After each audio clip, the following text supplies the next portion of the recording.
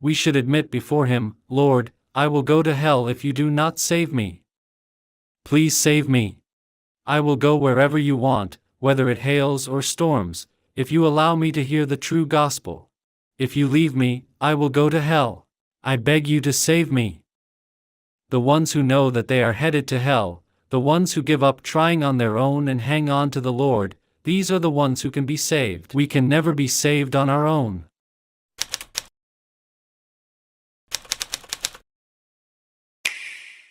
Have you truly been born again of water and the Spirit? 𝗂𝗂_𝗁.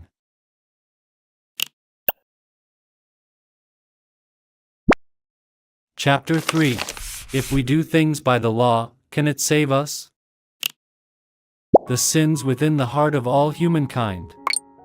Can we live by the law? No.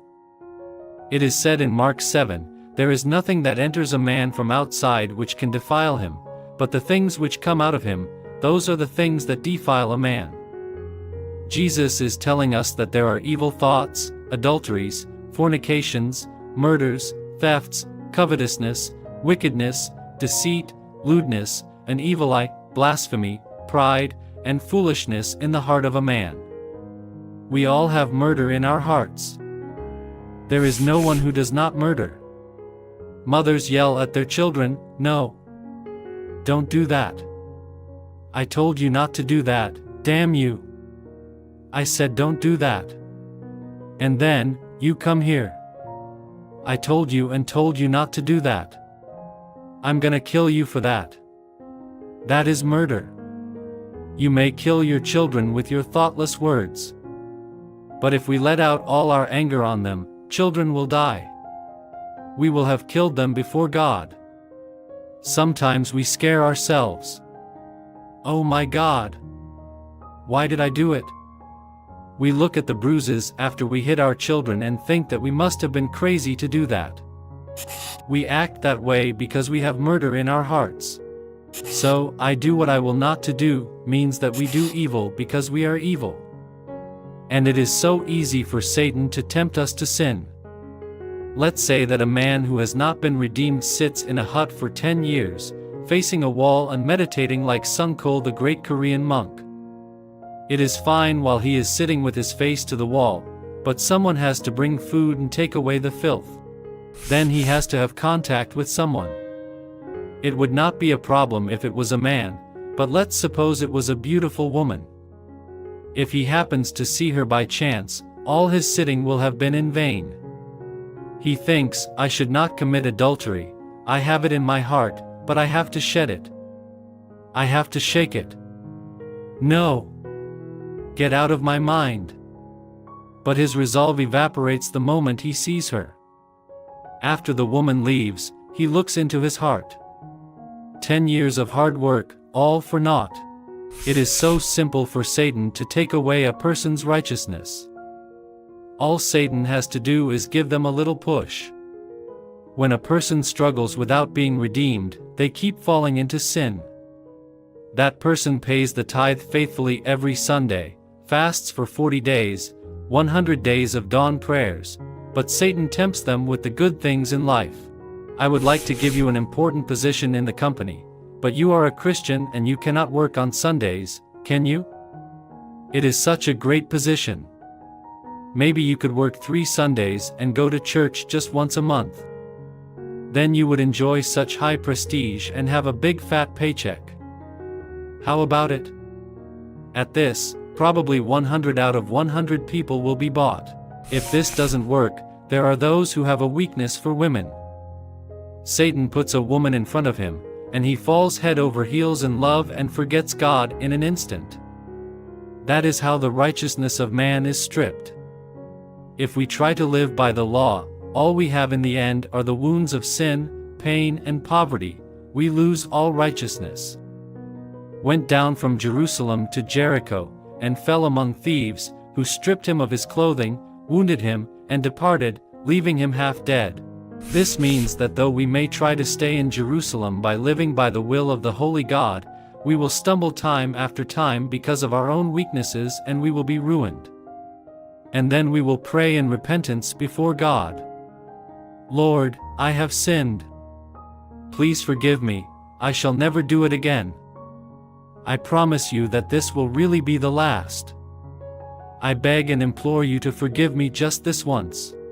But it never lasts. People cannot live in this world without sinning.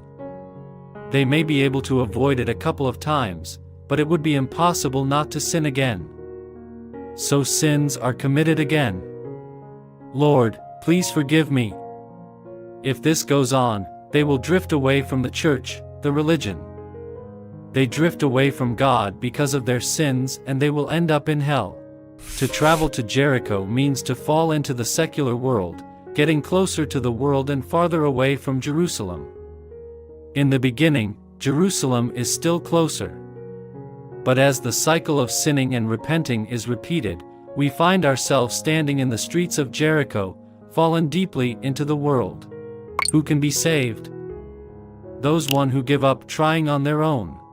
Who did the man meet on his way to Jericho? He met thieves. One who doesn't even live in the law becomes a lowly dog. He drinks and falls asleep anywhere, pees anywhere. This dog wakes up the next day and drinks again. A lowly dog would eat its own shit. That's why he is a dog. He knows that he should not drink. He repents the next morning but drinks again. It is like the man who met thieves on the way to Jericho. He is left behind, wounded and almost dead. There's only sin in his heart. This is what a human is. People believe in Jesus and live by the law in Jerusalem but are left behind with only sin in their hearts. All they have to show for their religious life are the wounds of sin. Those with sin in their heart are thrown into hell. They know it but don't know what to do. Haven't you and I been there too? Yes. We were all the same.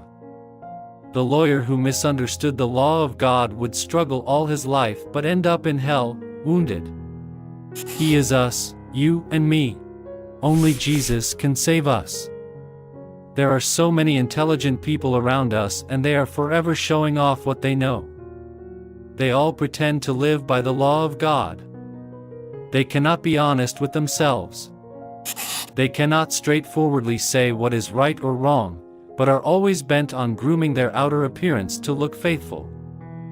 Among them are sinners on the way to Jericho, the ones who are beaten up by thieves and the ones who are already dead. We have to know how fragile we are before God. We should admit before Him, Lord, I will go to hell if you do not save me. Please save me. I will go wherever you want, whether it hails or storms, if you allow me to hear the true gospel. If you leave me, I will go to hell. I beg you to save me. The ones who know that they are headed to hell, the ones who give up trying on their own and hang on to the Lord, these are the ones who can be saved. We can never be saved on our own. We have to know that we are like the man who fell among thieves. Want to learn more? Visit our website now. Download your free audiobook and ebook. The Truth of Being Born Again of Water and the Spirit is waiting for you.